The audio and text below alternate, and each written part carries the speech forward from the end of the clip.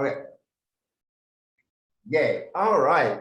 Talent to Strength certification, session 1. Just a little quote to start things off. Over time, we become more aware of who we really are. And this is vital to strength building because it allows us to identify more clearly our natural talents and cultivate these talents into strengths. And I think that's a really important quote because what StrengthsFinder tells us, even though you would think it tells us our strengths because it's called StrengthsFinder, what it really tells us is our talents. So that's kind of like my opening salvo. I just wanted to put that out there. All right. So a little agenda. We're a little behind. Introductions. I'd like to have you go around. I'll ask you guys. I'll just give you a heads up of the things I'm going to ask you. What is an activity? Oh, I did hit record, so you don't need that note to self. What is an activity you do near perfectly and on a consistent basis? So it doesn't have to be absolutely perfect, but you do it really good and you do it on a regular basis. And you could pick any kind of activity. It could be great, very small, very specific, very general. I'll let that up to you.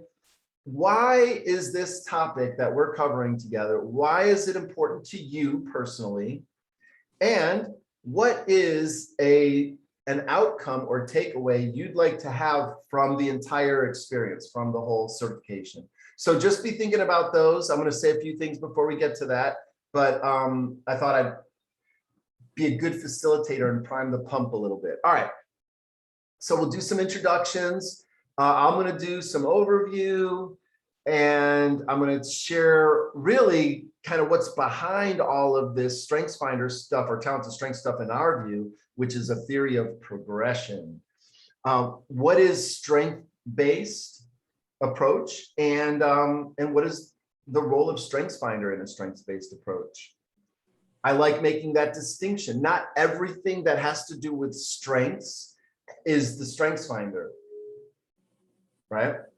And when we talk about StrengthsFinder, it hints at things that go beyond just strengths.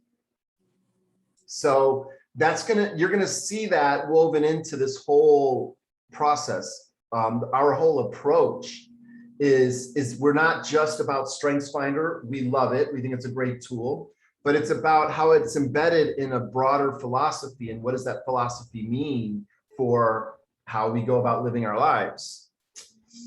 That's at the very big level, but at the very small level, but what we're really talking about, and I mean, it really comes down to this, is patterns of thoughts, feelings, and behaviors. This is so central to StrengthsFinder. It's so central to our day-to-day experience. So really, and when we talk about StrengthsFinder, that's what we're talking about are what it tells you are your dominant patterns for thinking, feeling, and behaving.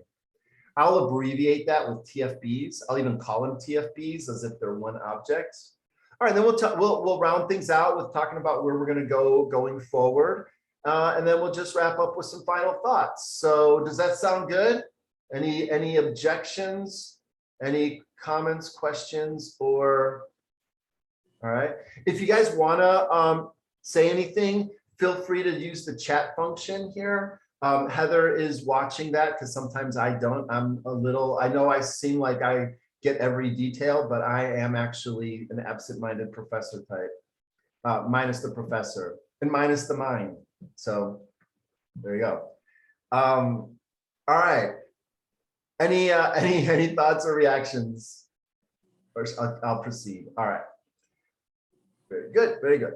So I wanted to share with you all my beginnings with StrengthsFinder. How did I come across this, and when did that begin? And I actually can tell you to the day. Because I used to use something called the Franklin Day Planner, like a regular day planner. I used this stuff called paper. It was amazing. It was cool in the day. And it was like a little book you carry with you everywhere you went. And I was very diligent about it. So I would take notes in it. I have a page for taking notes. And one day I'm driving along here in Oklahoma, where I live, on our highway. And I'm listening to talk radio, and there's an interview with this guy, and it was so interesting that I pulled over to the side of the highway, which I've never done before. It's not like I do that a lot. Like, oh, I'm so interested, let me pull over and take notes. And I don't even know that I've done it since. So I'm going to show you, okay? It may not be totally coherent. And from what I hear, my handwriting is amazing. All right. Anyway, so this was Thursday, the 13th of June, 1996. And I'm listening to the Diane Reen show on NPR. And she's interviewing the president of Gallup, and he was interested to find out why the most successful people were able to succeed. So he wanted to know. I know it doesn't make sense because my notes don't make sense. And he wanted to be able to use that information to help us relate to others better and help us drive to execute. Well, these are the things that successful people did. They learned how to relate to others. They learned how to drive toward execution and make things happen. Somehow they make things happen. And they have an integrity to them, an integratedness, integrity.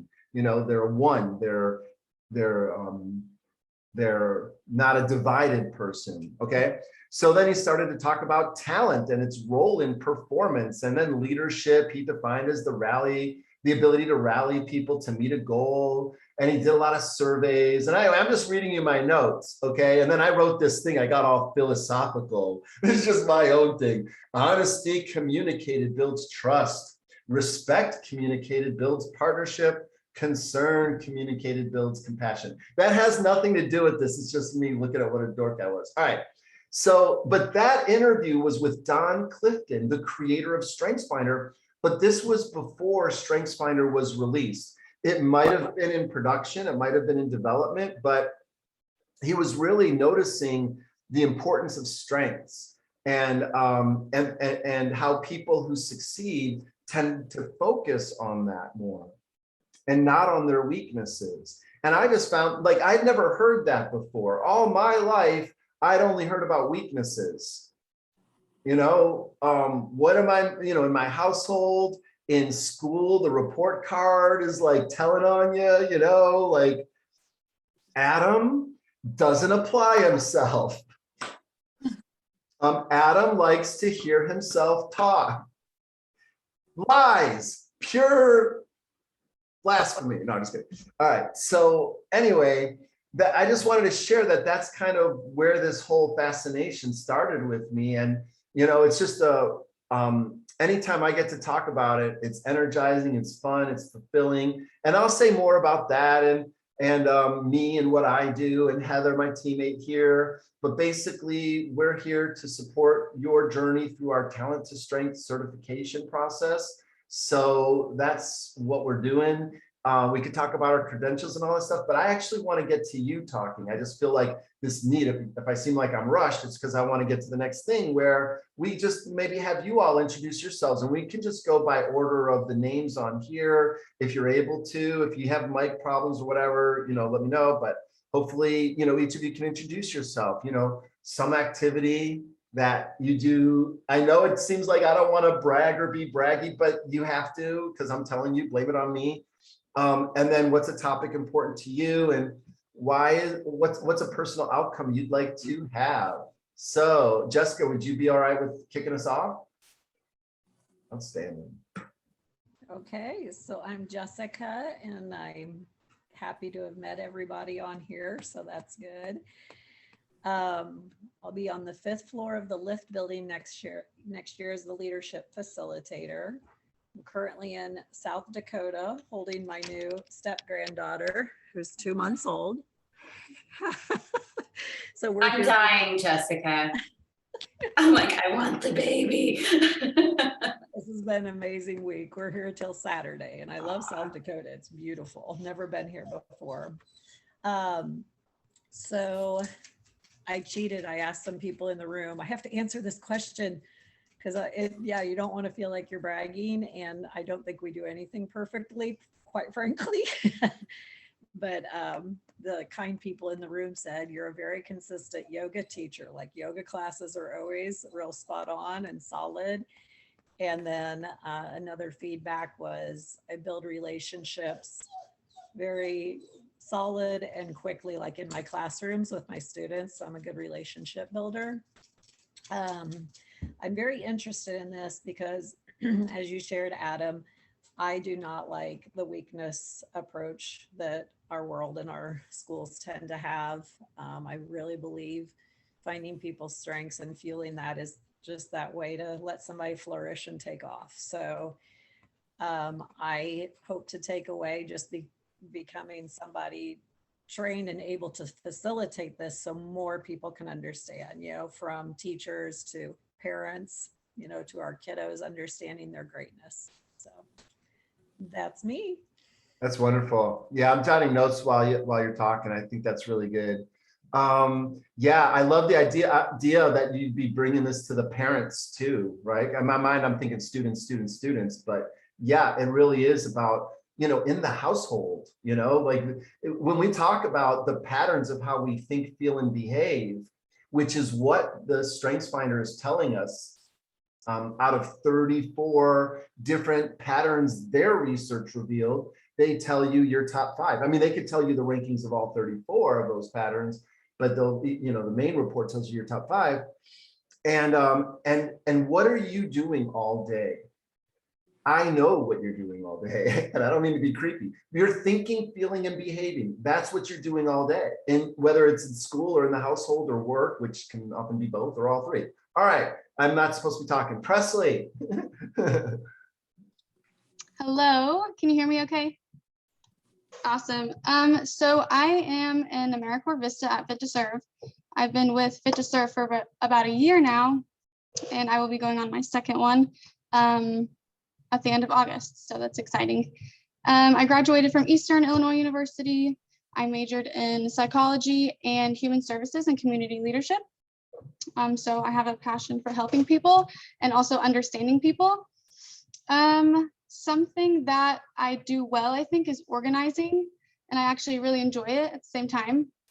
And then something I want to take away from this is just the ability to lead better and have more confidence in who I am and how I'm wired, and just get a better understanding of that so that I can help others understand their self better. Does that make sense?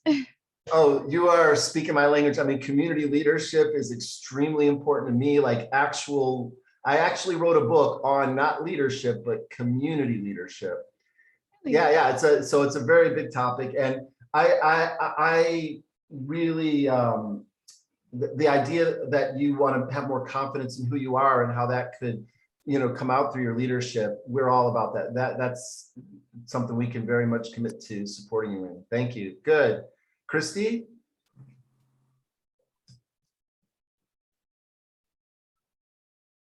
We have Christy. We can. I thought I liked Christy. Let's see. She might be not on camera, but we have her on mic. But we'll go to Andrea, which I'm so sorry. I'll fix it, but I have it misspelled here. But I like to show you the top themes as someone's starting to talk. So yeah, Andrea, your responses. Yeah. So if we're talking about summertime, I'm really perfect at napping, to be completely fair and honest. I've done more napping this summer than I have any other summer, which is shocking because I'm a near perfect napper every day. It's great. But any other day, I would say I'm a really good conversationalist.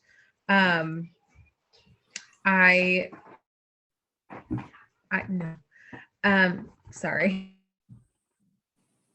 Children. I thrive off of those conversations, and in everyday aspects of, like, in every situation that I'm in, I just thrive off of those conversations. Talents to strengths is really important to me, more than just for students, but also for, like, I'm looking at it from like a teacher lens, for students, but also, like Jessica said, like for parents, because we'll be starting our parent academy this year. And I really want to see how that is going to impact, like how that can impact our parents through our students, through our teachers. And it's just all the intertwining and how it can be relative. I'm really excited about how we can do that. And just that's really my outcome for this, is just to see how we can make it work. Beautiful. That's great. Thank you. Yeah, I like that, napping. Well, really, the thing that I want to leave you all with is to think in terms of activities. Because if we think in terms of activities, we can convert that to performance. And if we can convert it to performance, then we convert it to outcomes. The only thing that produces outcomes is performance. Performance of what? The right activities at the right level. I mean, what I'm saying right here is the core through line, you know, that's like, I'm boiling it down to the essence. And if we can harness our patterns toward the activities, we'll perform them better. Our talents are super rich, powerful resources. They're natural, they're efficient, they're there already, they're wired neurologically. We're pretty much done with the course, actually. I mean, that's it. Harness your patterns toward the activities to improve your performance to get the outcomes. All right. Bo, you're up next. I won't speak for both of us, but I'll do that. But my name is Ashley. I'm Bo's wife. We help direct or head Fit to Serve. We work with Fit to Serve. But I hold a certification in personal training, and I am also a health and wellness coach. I am also a fitness instructor, and this is where me and Jessica are a lot alike. I from the feedback that I get, I guess I do my class as well, because everybody feels accomplished when they leave. And about my day, I am constantly developing somebody, whether those be my children, a coworker, my husband. So I would have to say, all in all, people feel accomplished when they work with me throughout the day. And this is important because a lot like what you were saying, Adam, growing up, weaknesses were a highlight of my life. There was really no positivity in our household or in our schools. And I am close to the same age as Andrea. So from an adult's perspective, it's also nice that this is something that we can present to the older crowd as well, because we all struggled. And I hope that I can add this to expand my knowledge and use it and just spread some more positivity in the world. Is perfect, because, and absolutely you can use this because everybody performs activities and everybody has patterns. It's about finding the patterns, matching them to the activities. So the performance improves, so the outcomes arrive. And if we get enough outcomes to our liking, really what I would say, if we get enough outcomes that reflect our true purpose, then we thrive. That's my definition for thriving, is when the outcomes we experience reflect our intentions and our purpose for whatever. Maybe we're thriving in class if our outcomes match the purpose of the class. You know, we're thriving in a relationship if the outcomes of the relationship fulfill the purpose of the relationship. It's entirely possible to have great outcomes and not thrive because those outcomes didn't reflect your purpose. All right, moving right along. All right, Bo, do you want to say anything along these lines? Ashley's my better half. I want to start out, if Major Peterson is within hearing distance, congratulations to the new addition. And Jessica, if you could turn your cameras off, I can feel the ovaries burning here. I'm done having children. Ashley doesn't feel that that's the case. So congratulations, that's awesome. I would say if I didn't have conviction right here on the screen with me, I'm very good at communicating. And it's so important because that way it gets everybody on the same page and there's less confusion, there's less frustration. Selfishly, we love the opportunity to learn this skill set better because we have 5 children. So we have agreed that this will be used every minute of every day of our lives to tool our children up and then to go out and anyone that's in our lives, we agree that our responsibility is to equip them. And so this is going to give us the ammunition to do that better. And that's why this is so exciting.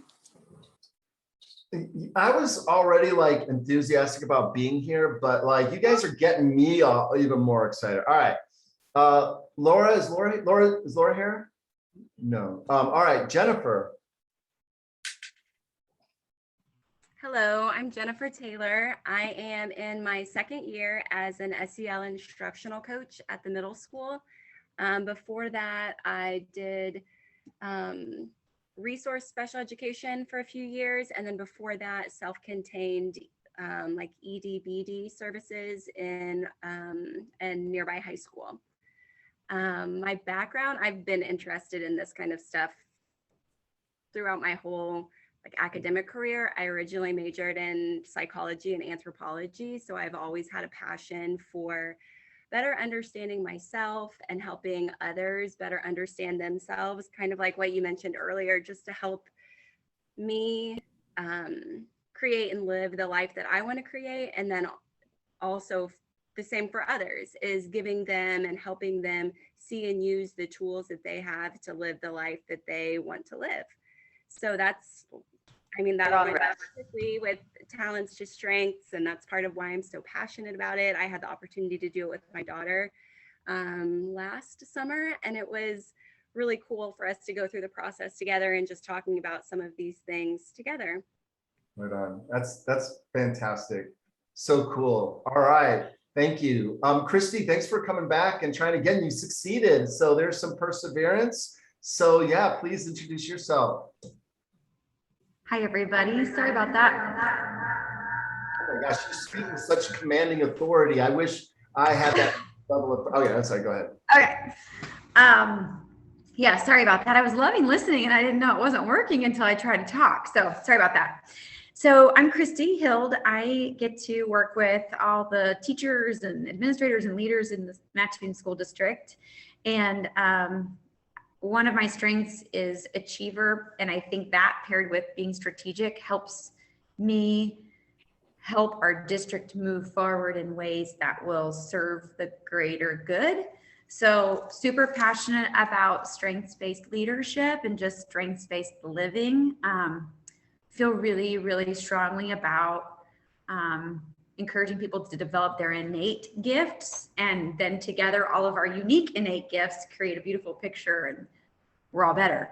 So I'm excited about developing trainers who can cultivate that in all of our schools and with our families in partnership with community partners like Fit to Serve, and really just kind of like expanding that influence about strengths and helping kids see the beautiful individuals that they are. So yeah, I could go on all day, but I'm really excited about that. And I think we're supposed to say something that we're not good at. No. There's a lot of, oh, okay. You save that for later. Oh, okay, good. Well, I'll put this list away then for now. Yeah. Okay. Yeah, for now at least. I mean, we want to be balanced, but we're focused on the strengths for now. So that's amazing. And I love the way you guys all introduced yourself.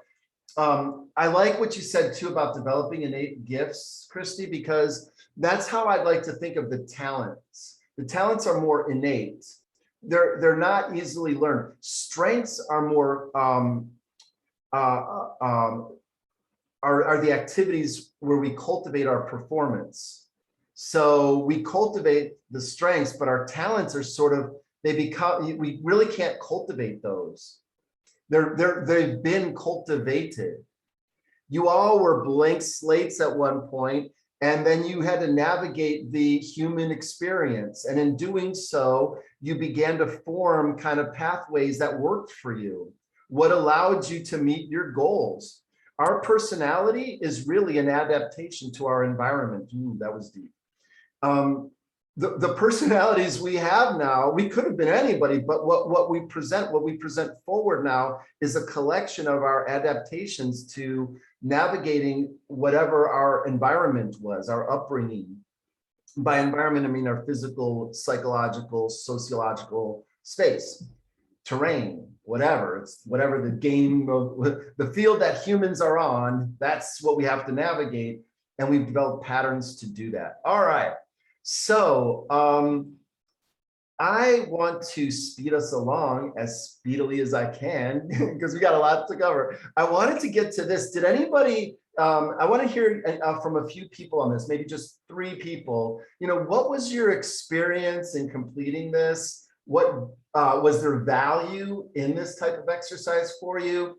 And how might this relate to your top 5 themes from the StrengthsFinder? So yeah, any reactions? I'd like to hear from a couple of you on that. I enjoyed doing it. I love exercises like that where you kind of get to dig deep and see what bubbles to the top naturally. And so one of my thoughts right away was, I want to ask these questions to so many people that I interact with, you know, like trying to think of one. Oh, like what are things that build trust with you? Or, you know, like I really wanted to know other people's answers as well. And it did. My answers, I think, really align kind of with those top themes that I have in strength. So Nice. I Yeah. love introspection. So Good. Yeah, thanks. Good. Yeah. Someone else, any insights that you got from doing this? I really enjoyed it because we did this within the organization, and it really just, it made us more relatable to each other when it came to our talents and strengths. And then even with the areas where we struggle, it's like, oh, I'm not the only one that struggles with that. And so it just really helps embrace your strengths as well as your struggles, because it really broke down to how you were wired. And it was really fun to see that. Nice. Excellent. Very good. Thank you. One more.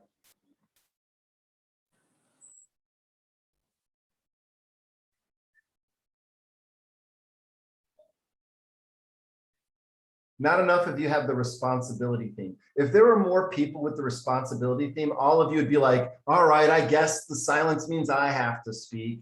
All right. So no worries. Awesome. Okay.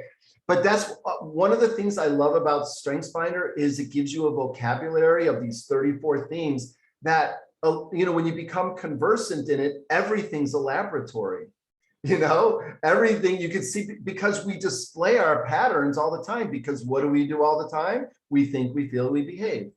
All right, so that's just a little sample of an exercise. There's all kinds of little things you can do to try to bring the themes to life. And here I didn't mention anything about StrengthsFinder and the activity. Well, in the instructions I did, but I developed that activity before I ever worked with StrengthsFinder. I read an article in Wall Street Journal about this guy who was like, you know, I always thought if people came with instruction manuals the way appliances did, we'd all get along better. And so as a manager, I decided to write up my user's manual and share with my employees. And so I wrote to the guy at the Wall Street Journal. I emailed him because this was back in like 1996, where this is just like a new thing you can do. And he actually emailed me back and shared with me the forms that the guy who he wrote the article about, the manager who did this, you know, used. And then I just built on that activity. Anyway, that's like a little behind the scenes. Good. All right. Moving forward, I want to introduce you to a very core model of ours. Basically, it's a realization that everything we do, every activity, remember I'm talking about activities as a very primary piece. Every activity consists of these 3 components. Every activity has a purpose. We may not always know why, but if we stop and think, wait, why am I doing this? You'll go, oh, right, there's a purpose. And then you implied in a purpose is always outcomes. They're 2 ends of the same stick. We just don't always think about it. Every time you know a purpose, there's some outcomes implied. Or if you start with outcomes, behind it should be a purpose. and we really need to surface purpose and outcomes. But what we do instead is we just focus on methods. Everybody around us, it's about what do we do? What do we do? How do, you know, how? And that I'm not against the how conversation, but how is expensive? How costs resources? So that makes, to do something, to get something done, it's expensive. It's calories, it's time, it's money, it's equipment, it's opportunity cost, it's emotions, it's bandwidth. Methods are very expensive. So shouldn't we know the outcomes they're meant to produce before we spend our resources on the methods? And I want to see it, if it's making sense, why I might share this model with you. Because in here, nowhere do I say strengths or anything like that. So any thoughts on why I might share that with you? There's lots of reasons, actually, so there's no one right answer.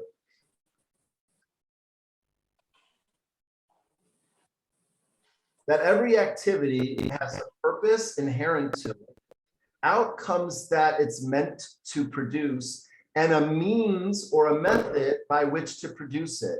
I'm saying universally those are the major components of every activity, and I think that's impressive because I've never heard anybody else say that before.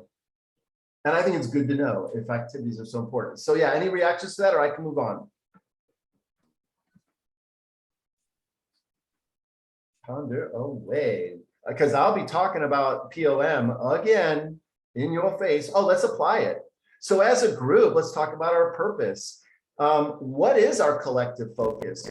I started us off here with some language. You get to correct it or adapt it. Completing the Talent to Strength certification is our collective focus. Would you say it that way, or would you say it differently? Any thoughts on that? Is that our collective focus, would you say, or could it be said better? Is my box totally green to anybody else, or is it just me? Like in terms of it being able to see the I when I can show see your slides. No, I just meant on our gallery view. It's okay. okay. I just wanted to make sure my connection wasn't messed up. I would not say it that way. I would say, I don't think I'd use the word completing, because I feel like this is just the start of a journey. So it's not completing the certification as an end. It's like the certification begins. So that'd be my correction piece. That's wonderful. All right. Let me get back to that. So completing, beginning and working toward, but never achieving completing. Hold on.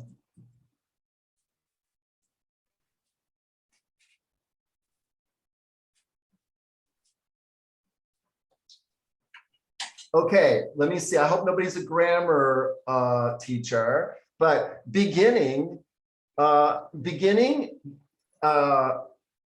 and working toward, but never fully completing the Talent to Strength certification. Sorry.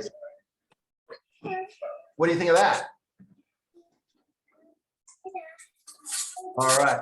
I love it. Baby loves it. Everybody loves it. I'm going to say, let's lock it in for now. And now my question is, why does it matter? Why does beginning and working toward and never completing, but yes, in a way completing, because I have to give you a certification at some point, the Talent to Strength certification, why does that even matter?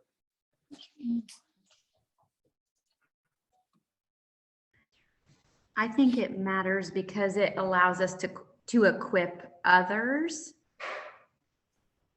Beautiful. Love it.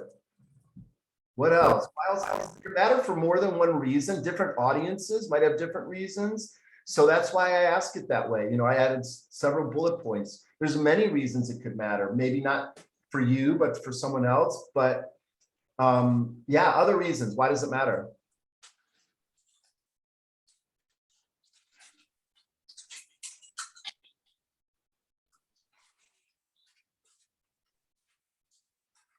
I think that this will help us develop relationships with others. Beautiful.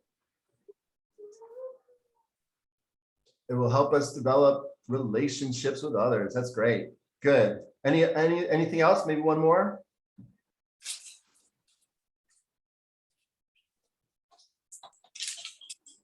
Why it matters to work toward the Talent to Strength certification? Why are we doing this? We're investing a lot of resources here. When I multiply your time and money and all of that, why are we doing this? Very general, but we're doing this to be better. Love it. To be better, to move toward our fuller potential. Not just individually, but also individually and collectively. Is that okay? As a community? That's good enough for me. All right, if anybody wants to add to it, that's great. But it's really important when we talk about purpose, it's hard to say, what's your purpose? But if I said, what is our focus and why does it matter? Anybody can answer that. What are you working on now? What are we talking about? Oh, we're talking about this. I call that nailing it to the board. There's a reason for the sequence. If we don't agree on what we're talking about, if we don't agree on the focus, we have many occasions for misalignment from the beginning. So what is it we're talking about? Let's get clear. Let's agree on that. And that's why I love Jessica's example, because she fine-tuned it a little bit that allowed us to, and then I can make sure, is this what we're talking about? Let's lock it in before we go any further. Now, the second question, why does it matter, is about it's about protecting our resources. Why does it matter? Make sure, if we can't say why it matters, then we shouldn't be investing resources in it, right? All right, so if that's our purpose, which we just did purpose. Anybody want to guess what I want to talk about next? Method? Almost, so close. We're going to do that third. We're going to talk about outcomes next. Purpose, then we take our purpose and we project it out into the future. And we start to say, okay, that was the theory. Our purpose is the theory. Now, what would the reality look like? Purpose is potential. Outcomes is actual. And we want our actual to be as aligned with our potential as possible. That's kind of at the heart of what I call progression theory. We want to progress from what to what? We want to progress from our actual toward our potential. I invoke Abraham Maslow, Maslow's hierarchy of needs. Self-actualization is the destination. All right, I gotta move forward. But this is what we're talking about. All right. So I have some desired outcomes from talking with Bo and Jessica. So we're not locked into these, but I thought, why not have a little starter set? I believe in something called the power of the draft. I almost spelled it this way. The power of the draft.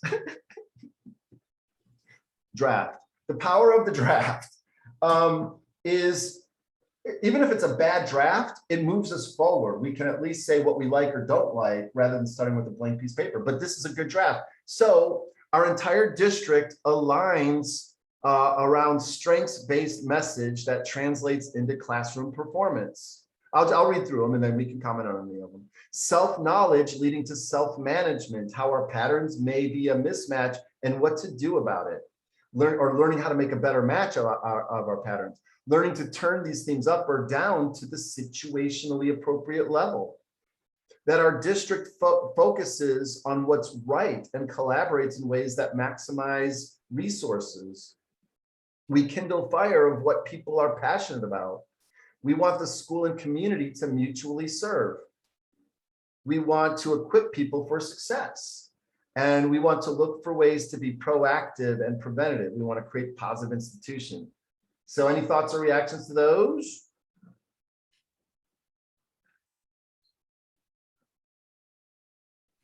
If you want to add any outcomes that you're like, I want this, I think we should see that, feel free to speak up or text it, or afterwards think about adding it, because your outcomes are going to be what we're going to pursue. That's why we articulate the outcomes. If we all want the same outcomes, then we're aligned, and that's where we should go. Does that make sense? Is it possible to align on the purpose but be misaligned on the outcomes? Right? Happens all the time. And it's also possible to be misaligned on both, but it's also possible to be aligned on both, especially if you go through a process like this. Is there any other outcomes any of you wanted to add? Did you like those outcomes? Are there any outcomes that if we missed, you'd be kind of like feeling like, oh, that was a miss. I would have liked that. One thing I would say, and I think it's in there. That's why I didn't say anything. I think it's kind of inferred in there, is I think it's really important to distribute the leadership to make this happen, so that it's multiple people with the tools to go out and help multiple people. So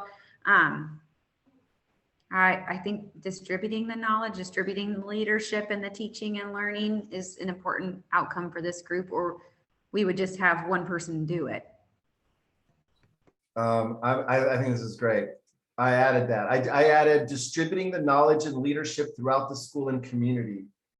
And that really fits with my view of leadership. I make a distinction between leadership and authority. And usually when people say leadership, they mean both, but they probably mean positional authority. And that's fixed. Positional authority is fixed. Leadership is not fixed, because authority is positional. Leadership is an activity, and anybody can perform an activity.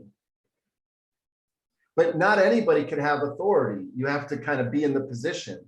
Only if you're in the position. If you leave the position, you lose that authority, and whoever comes into that position has authority. It's a side point, but I think it's important that we can distribute leadership. So definitely onto that. All right, and what do you think we're going to do after methods, Bo? I mean, after outcomes, Bo? Let's see, I'm going to take a guess and say work on the methods. Bo knows strengths. Exactly. So I jotted down a few things. Feel free to add to any, but we're here for you. That's actually a method. We're in service mode. We're here for you all. If you need something, that's why I keep asking, do you need anything and all that. I mean, I'm just going to keep here. It annoys Heather, but I'll try to do it less. But we really are here for you. Logistics. We're doing 10 sessions, 90 minutes each. Just want to make sure we're all good on the schedule. You should have the dates. If not, reach out to us. We'll work it out. Homework, we're going to try to go from theory to application. That's the goal of the homework, and bring this stuff to life. So we also want to be respectful of your schedule, so we don't want to give you too much. So we'll try to right size it, and you can give us feedback if you need more or less. We're going to record these, obviously, so you have it available. That's an important method, because we want you to have access to this information. If there's something you missed or you couldn't be here, you should be able to have access to it. But sometimes people just want to see this on replay. Oh my gosh, it's like their favorite thing. People get addicted to this. It's like their favorite show. They binge. It's like, what's that show? Love is Blind. It's better than that. And I just want to tell you that whatever we show you, you'll have access to it. If you need any of this, we're sharing all of this with you. That's part of this journey. So make sure if you need something, let us know. If you have any preferences on homework and reading, let us know. We're going to do today. We're going to ask you to do a reading, an article I think you will enjoy. For me, it was hugely beneficial to learning StrengthsFinder and understanding what it's about. And it's hugely influential to what Talent to Strength became. So I'm looking forward to seeing it. And it's also, interestingly, it's about StrengthsFinder within the education system. So it's very topical. Only the best for you. You'll reach out with anything you need. Healthy people ask for what they need. It's a little like, I don't know that that's true, but it sounds good and I really like it, So ask for what you need. It's great. And really, we love that. We want that. This is a dynamic tension. So we feel that our job is to deliver you the actual certification of Talent to Strength. But we also have in mind that if there's ways to apply it uniquely to what you're doing, we know that's important. So we don't, but you can already see how short we are on time in these sessions. So My individualization, which is my number 2 theme, wants to tailor all this stuff to you. But I don't, you know, Heather is very committed to making sure you get the actual talent to strength certification, which I am on board with too, but my individualization is like, yeah, we can tailor things, you know? So that's the dynamic tension. All right, there's a lot on that slide. Any response to methods?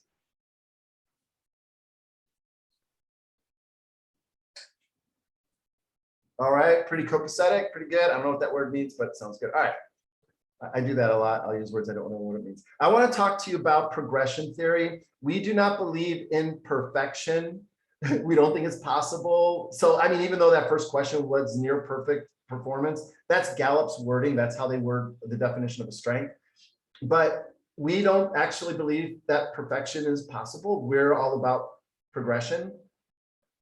The great psychologist Carl Jung noticed that his patients, what brought them to him was mainly being oppressed by their internal standards of perfection. That somehow in our enculturation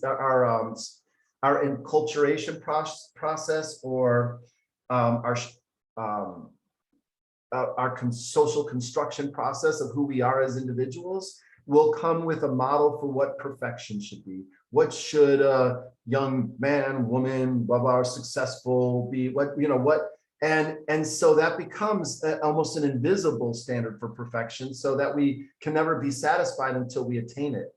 Perfection just doesn't mean that all your clothes are perfectly ironed and stuff. It may not mean that at all. It just means that you're striving for a standard that you may not know you have.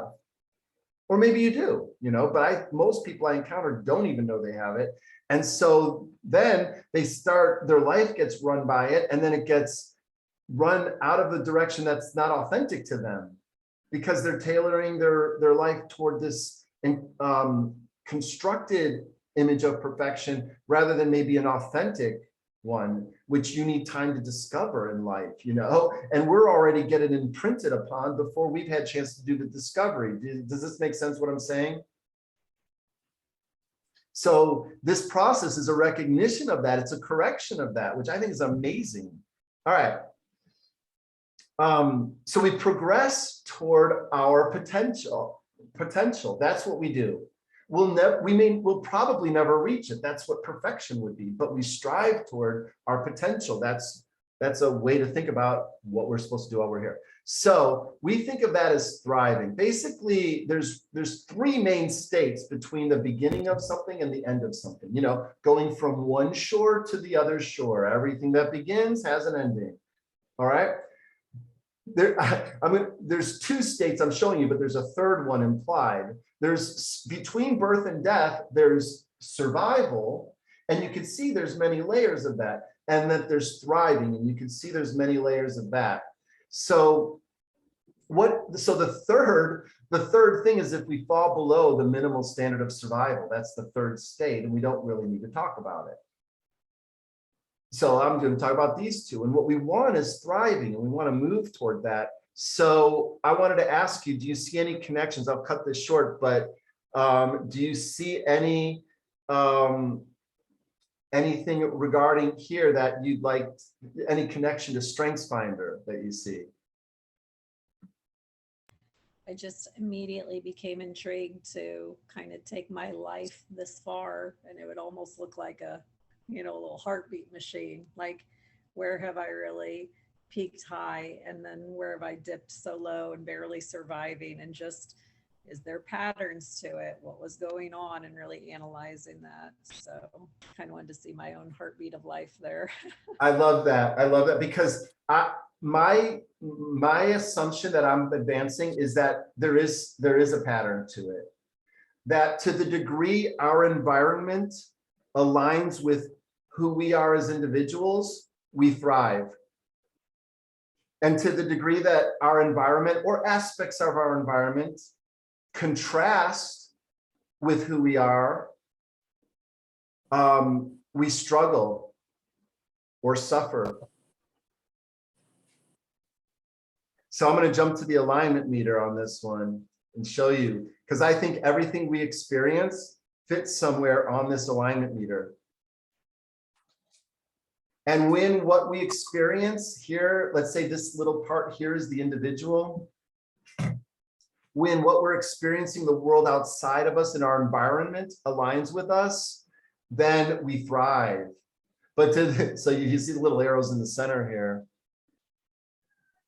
The way I use my slides is I leave it so you can see my notes. I like to be able to draw on here too, you know, to show you that that here we are. Here's our core. Here's who we are. The individual. The individual. Look at my great handwriting. The individual, authenticity. And we got to discover what that is. And then here's the environment, the world outside of us. And there's different elements in our environment. And everything in our environment will land somewhere on this meter of alignment or contrast. Most things are in the center here, right? Like nothing too out of the ordinary, but sometimes something spikes and it'll trigger emotions. Very positive emotions. Sometimes someone cuts you off in traffic or steals your electric unicycle from in front of Trader Joe's. That happened to me. You're gonna feel wrath. That's the only word. Wrath, right? Or but whatever, negative emotions.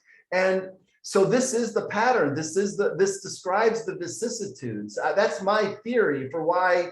The patterns we have, the only problem is we don't know that. No one tells us that. No one says, okay, here's what you got to do. You got to go for it. You got to find out who you are. Now you're going to be in environments and some things are going to, you know, they're going to be on the contrast side. Another thing's going to be on the alignment side. But you know what? That's okay. You can't do anything about that. Alignment and contrast is outside of your control. But what you can do is you can increase your exposure to that which aligns with you. So pay attention. Or you can reduce your exposure to that which contrasts with you. And I think that's a really good strategy. Very good.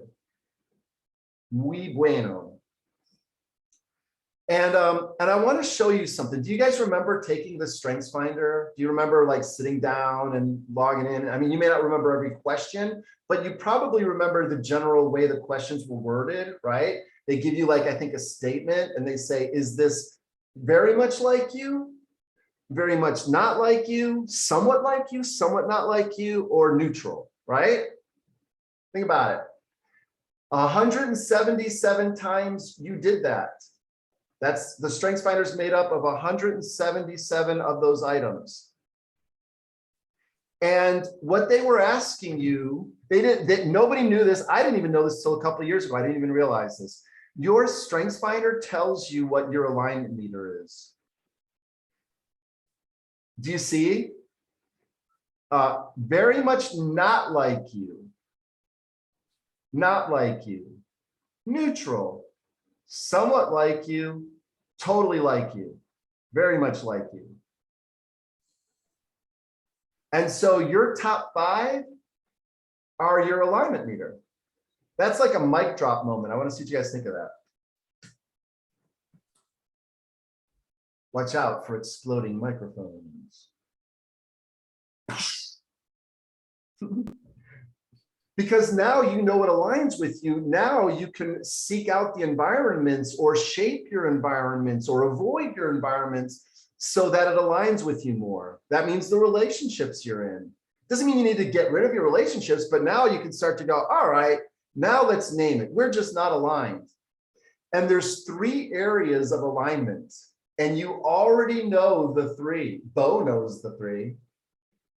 What are the 3 areas of alignment? If you, not that you would have known this before, but you now can answer that question. Bo? Or The purpose, the outcome, and the methods. Yes.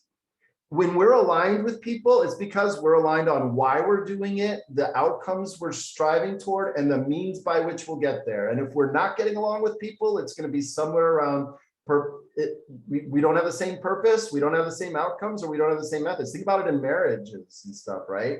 People don't really talk about why are we getting married? We don't have the same purpose, you know? Or maybe we have the same purpose, but what it looks like is very different, and we never talked about it until it's too late, you know?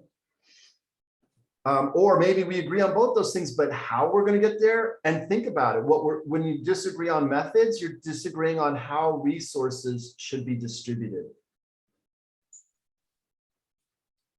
So all of this is super core. This is all what I mean by progression theory. And it's core to StrengthsFinder, and it's core to everything we talk about. So I want to see how that's landing on you, because I'm using up a lot of our resource to talk about it. So any thoughts, questions, or reactions? I just love this so far, especially thinking about where we're aligned, because it sounded like at the beginning, we're all on the same page as far as outcome. We want to increase our ability to be better for others. And when we dip below that, survive, be better for others, but if we're not, how are we going to tool somebody else up to be okay? So once we identify where we thrive, we can help pull other people up to that level. That's beautiful.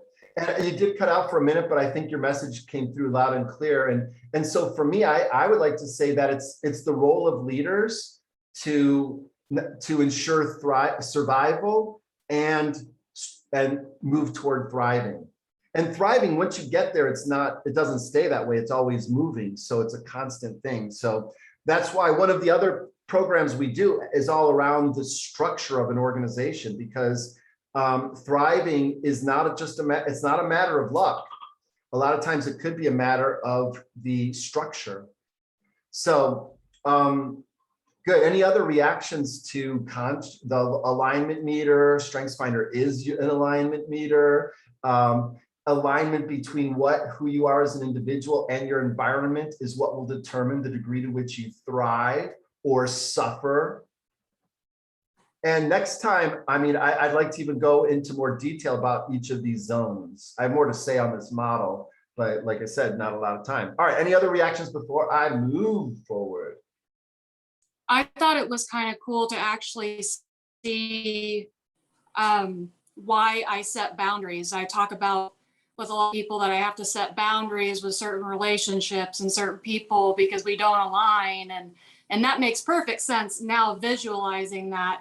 So it's just part of who we are. It helps us thrive. That is so good. Ashley, that is perfect, because that is what we're trying to do. Like, you setting boundaries is bringing alignment. It's an intervention. And that's what we have to do when things are out of alignment. It's natural. When things contrast, that's just natural. It's just things moving in their own direction, and then they get crossways. You're going about your life, pursuing your ambitions, and somebody else is doing the same, and collisions happen sometimes. So we have to intervene. And so intervention is a lot of what we're about too, we see intervention as an activity. It's the activity of bringing about alignment. And leadership is intervention. Yeah. All right. Philanthropy is intervention too. All right. So many good things. All right. I'm moving on. Really, I seriously don't want to, but we can talk more about this all the time. All right. So what is a strength-based intervention? Actually, we're going to have you read this article and you will see. So I won't even cover these too much for right now, but a strengths-based intervention. That was so cool how I tied that together. I mean, that was random. That was so weird. All right.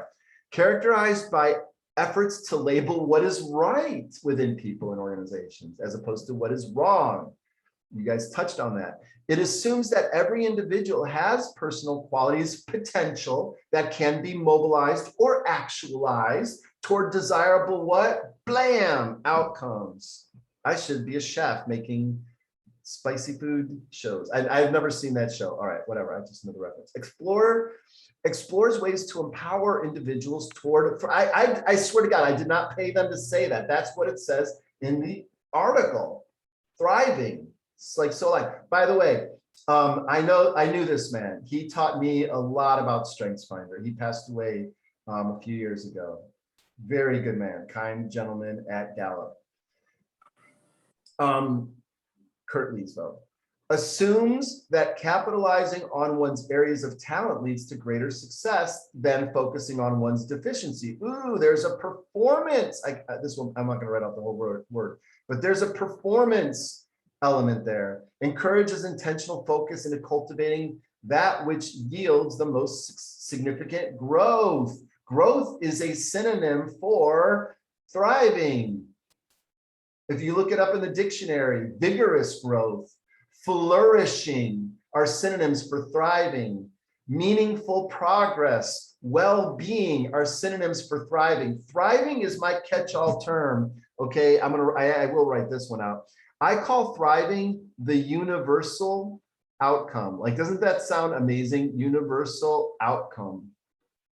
It sounds so useful, the universal outcome, because if I know what you care about, I don't care who you are, where you are in the universe. If I know what you care about, I know what you want for it. You want thriving for the things you care about. Thriving is a messy word, literally and figuratively. All right. It's important for individuals to understand and manage, not ignore areas of deficiency while optimizing efforts by building on strengths. Does that make sense? Because we don't want to ignore weaknesses. In fact, when it comes to survival and thriving, if we want to thrive, we should focus on our strengths. If we want to survive, we might have to fix our weaknesses. Our weaknesses may be why our survival is being threatened. So we actually do need to manage, not fix, not turn weaknesses into strengths, but we do need to manage them. And there's a lot of ways to manage weaknesses without you having to develop them into strength. You can trade, was kind of the main one, or use your strengths to support. Anyway, there's other things we can do. All right, any thoughts or reactions to that? Did you like that? Those, what a strengths-based intervention includes, that just seemed to fit with so much of what you guys said. So it's like alignment, synchronicity, signs to go forward. Now, at the heart of all of this, really, it's not talked about that much, and yet you see it everywhere in the social sciences. Almost every significant theory and model of social science is talking about thoughts, feelings, and behaviors, because that's the essence of what social science is. Because that's the essence of what humans are. What we are, what we give, we're thoughts, feelings, and behavior machines. That's what we give off. That's if we were flowers, that would be our scent, our fragrance. We give off thoughts, feelings, and behaviors. That's what we see. That's how I know your personality is, because over time I'm like, oh, that's who you are. That's how you think, that's how you feel, that's how you behave. Does that make sense to equate personality and all this stuff with thoughts, feelings, and behaviors? Okay, so so it's called the cognitive triangle. And yeah, it basically says, every situation will trigger your thoughts, feelings, and behaviors. And that's how, that's one of my favorite ways to define the themes of talents, is that they are your natural reaction to stimuli in your environment. We could change that word to stimuli. And how will you react when there's stimuli? Is that a stimuli? I don't know. In your environment, your top 5 themes are like really accurate for describing what are you going to think about in regards to it. If you have achiever, you're like, is it going to help me get to my goals or not? If you have belief, you're going to be like, is this something that matches with my values? If it's, and then if it does or doesn't match with your values or help you get your goals met or whatever the priorities of your themes are, we're going to learn about that. We're going to open up the hood on all the themes so you can see what the thoughts, feelings, and behaviors are associated with them. But I'll have good thoughts if it matches. I'll have bad thoughts if it contrasts. My feelings will be good feelings if the situation aligns with my patterns, my themes of thoughts, feelings, and behaviors. I'll have bad feelings if the situation contrasts with it. Does that make sense?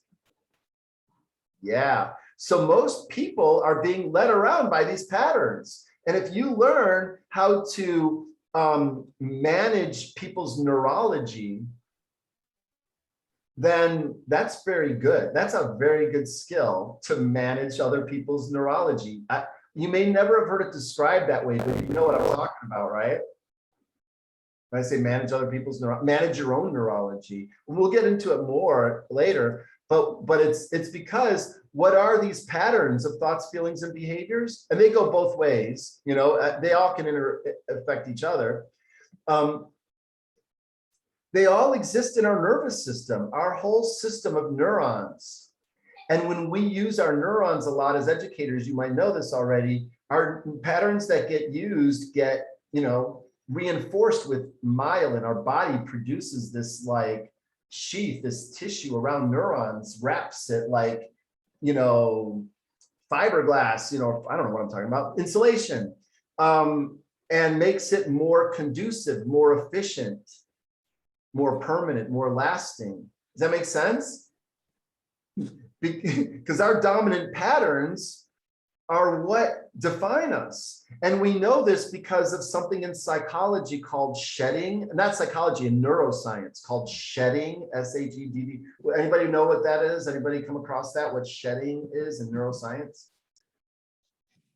We all do it Is it the same as pruning? So like when we don't need something any longer, we'll prune it away so we can make connections for things we actually are in need of. Exactly. That little baby has so many potential neurological connections, all potential. And then decreasingly over time, those potentials will become narrower. And that's the process of myelination. Thank you for having like a, you know, a visual show and tell, like model of a little baby. Hello. If this video goes viral, it won't, because it's only going to be shared among us, but that baby could be famous one day. I saw a video of Tiger Woods in the early 1970s on the show That's Incredible. Anybody here? No, none of you are old enough to know that show That's Incredible. And then they show this little kid, a 5 or 7-year-old kid who's like this amazing golfer. It was Tiger Woods. That's for what? I think he was 4 Oh, in the in the video. video? Yeah. That's amazing. Yeah, if we can, like, if you guys want to check it out sometime, but because it's a beautiful illustration of what the creator of StrengthsFinder, Don Clifton, was talking about. That Tiger Woods organized his life around an activity that he does consistently and near perfectly. I mean, golf is never, but as far as golf can be near perfect, right? And he's organized his entire life around it. That's the dream. Then that way we have the people who are golfing are the best golfers, and we have the people who love teaching are the best teachers. And, you know, like that's Don Clifton's vision. And that's what StrengthsFinder is about. And so bringing it into the education system is why Gallup has a very strong presence of, they have their own education arm for StrengthsFinder, is because Don Clifton was not a businessman. He was an educator. He was a psychologist. He got his PhD in psychology after coming back from World War II. We'll get into that. I'll tell you the story about Don Clifton. We need to know who he is because this is the products of his thoughts. But anyway, what do you think of all these connections I'm making, these neurological connections with myelin and thoughts, feelings, and behaviors, which is how we define the 34 themes of StrengthsFinder. I have a picture of the 34 themes somewhere. Anyway, you know, all of these. That's how we define all of these. Don't look at the Hey Adam, that's for something else. But any thoughts or reactions to this narrative I'm trying to draw for you between patterns into activity, harness them toward the activities that we can perform to produce the outcomes that lead to our thriving. The Twitter means you all can talk.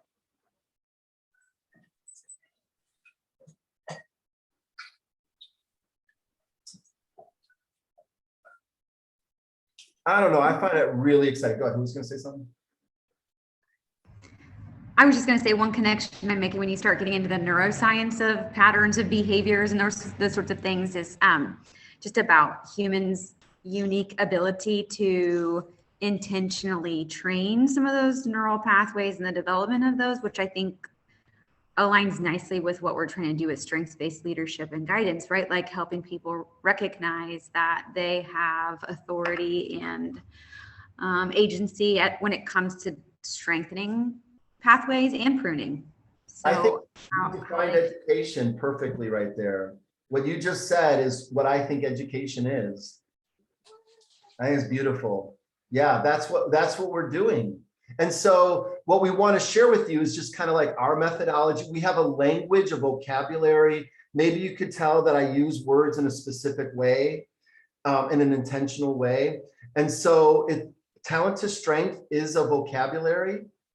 So is StrengthsFinder, by the way, right? It's a vocabulary of 34 patterns for how people can think, feel, and behave.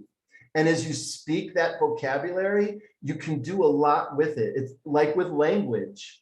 Think about how important language is to education. Well, StrengthsFinder is a language. And if you could speak it, it's a very, I can get through life not speaking other languages, right? But as I add languages, there's utility that comes with it. And I think StrengthsFinder, you should get a certificate in a foreign language.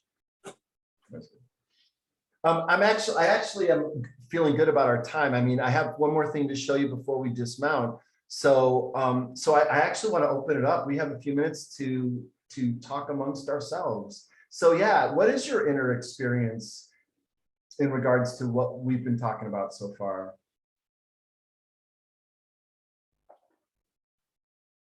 Jennifer, how about you? What's something that stood out for you? I think just some of the connections in looking at the POM model and how much that fits with some of the foundational work that we've been doing the last few years within our district with the Leader in Me and the habits and paradigms and believing that everyone has genius. I think I'm excited about the tools and practices that this will give our leaders and our staff to take a deeper dive into what that looks like. So I'm looking at like our team leaders and like that group and how powerful it could be when they all sit down and go through the StrengthsFinder assessment, or even that user's manual, how powerful it can be in forming those groups, just exploring these things within ourselves and each other. Nice. Very good. Thank you. Good. Yeah. Other thoughts? Presley, do you have any reactions? Yes, this has been so informational. We're trying to write down everything that you're saying. But for me, I kind of got stuck on like the alignments and trying to figure out for myself, just as my own, I guess, I don't know what I'm trying to say. I'm trying to figure out where I align, like what aligns with me so that I can continue being the best version of myself. And like Ashley said, setting like boundaries. That's something that I do struggle to do. So for me, it's kind of like, there's a lot of area of growth. And I know that learning all this information, just absorbing it is going to just make a huge difference. And so I'm just absorbing it kind of right now. That's so great. Yeah, that's exactly the goal. I am going to show you this slide here now. We'll move toward our dismount. So progression theory to me is expressed this way, that the ultimate goal is thriving. Remember, I called it the universal outcome is thriving. So I feel safe in knowing that this is a destination of the model. In fact, thriving is the destination of all professions. You have a definition of thriving as it regards to education. There's definition of thriving within the faith community. There's definitions for thriving within business. So medicine, the law, sending your client's cell phone records to the opposing attorney is not going to help your client thrive in law, by the way. Anybody following the news? All right, never mind. So thriving is absolutely like for me, the way to describe where we're going without having to know exactly what it looks like, because I think that prevents people. Oh, if I don't know exactly what it looks like and I don't know what moves to make.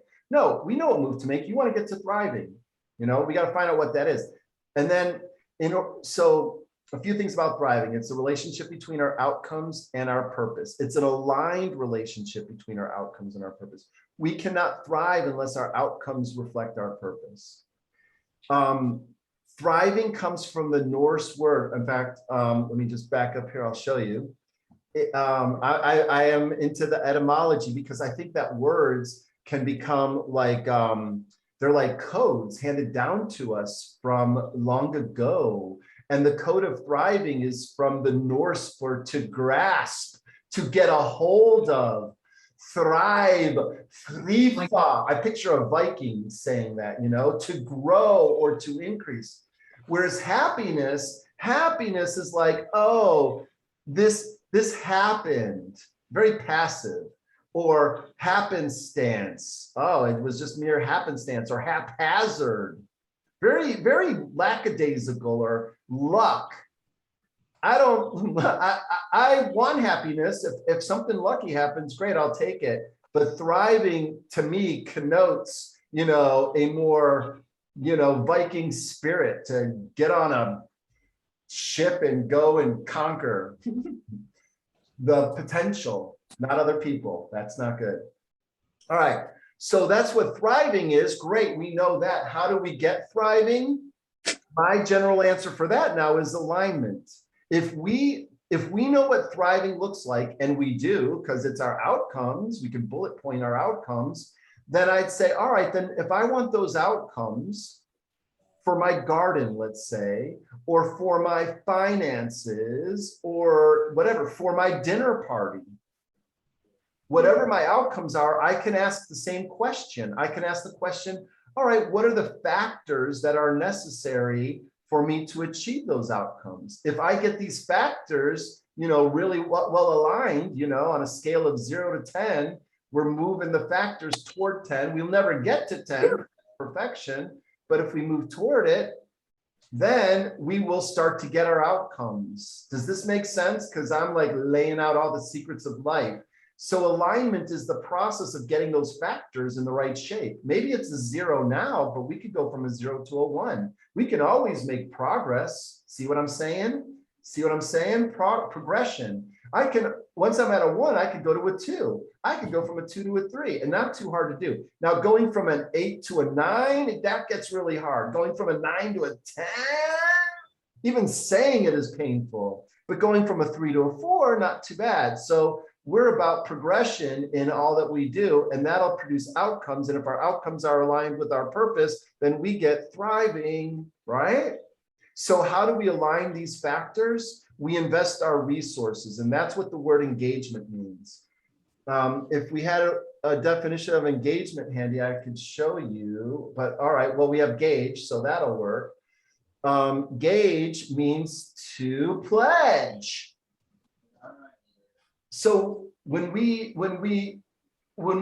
or to spend is another way to say it too. So when we engage, we're engaging our resources. So we might be spending our attention, or we might be spending money, but whatever it is, we're engaging resources. So I think I might have changed or broadened your meaning for the word engagement now to not just be about paying attention or having a good attitude. It's actually about an investment of resources. And I really mean it that way, because it's all about investing our resources to align the factors to produce thriving.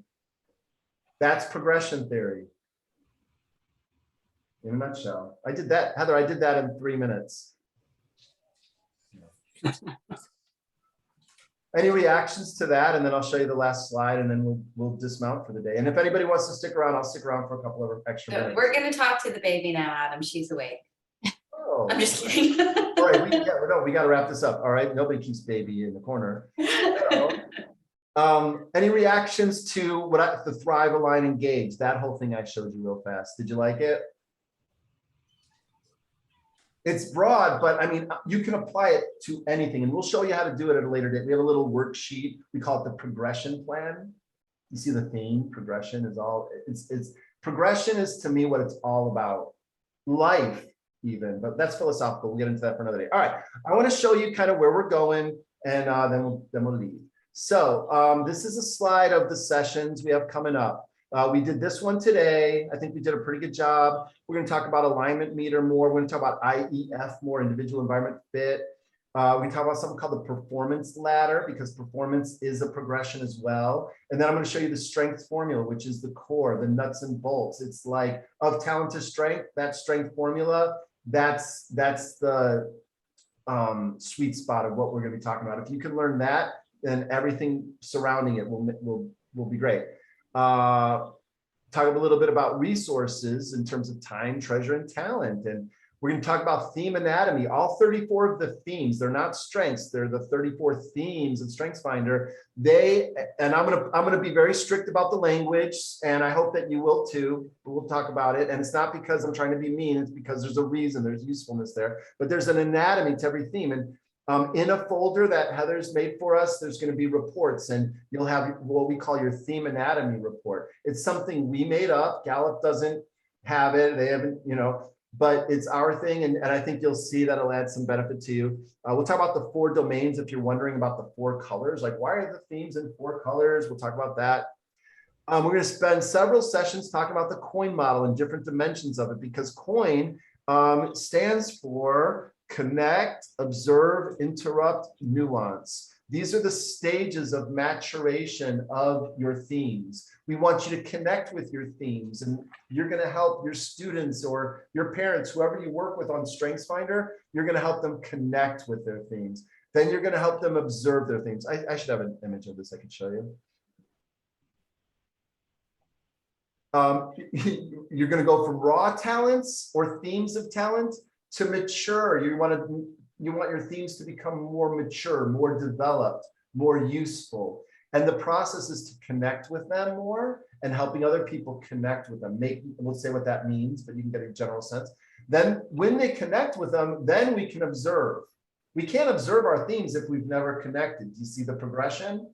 Once we observe, then we can interrupt, but we've never been able to interrupt our themes if we've never been able to observe them, if we've never connected to them.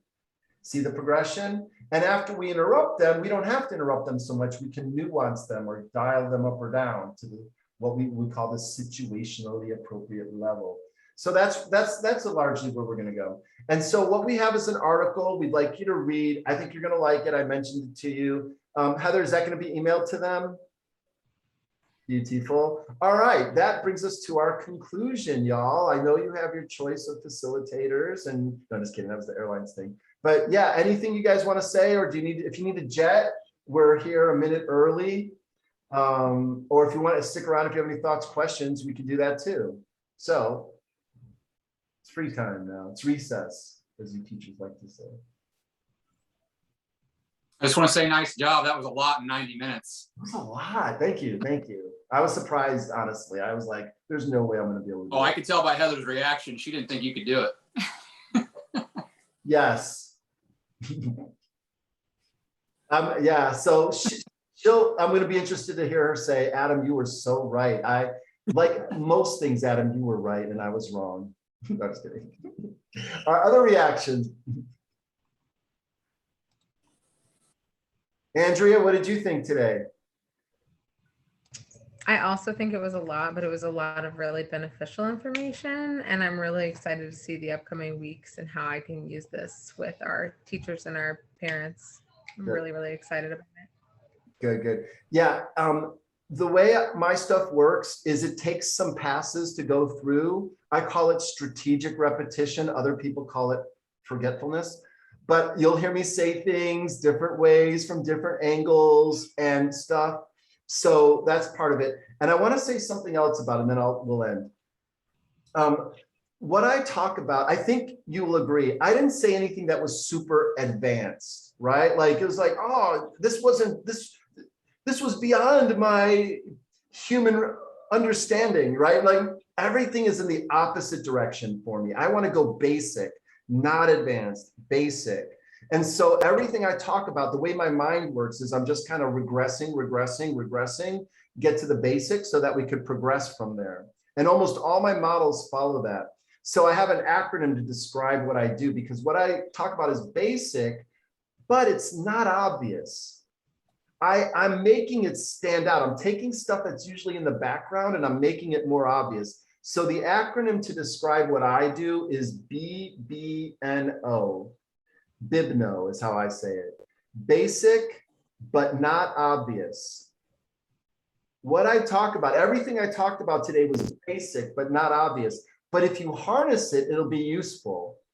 I believe that if young people can learn what we're talking about today, they're going to have a better experience in their progression from where they are, right? That's my goal here. That's my purpose. Thank you all. And we're going to do it again next week. Reach out if you have any thoughts, questions, and I hope you enjoy your thoughts, feelings, and behaviors for the rest of the week. Thank you. Yeah. you. Bye. Who was that? You want to say bye? Okay.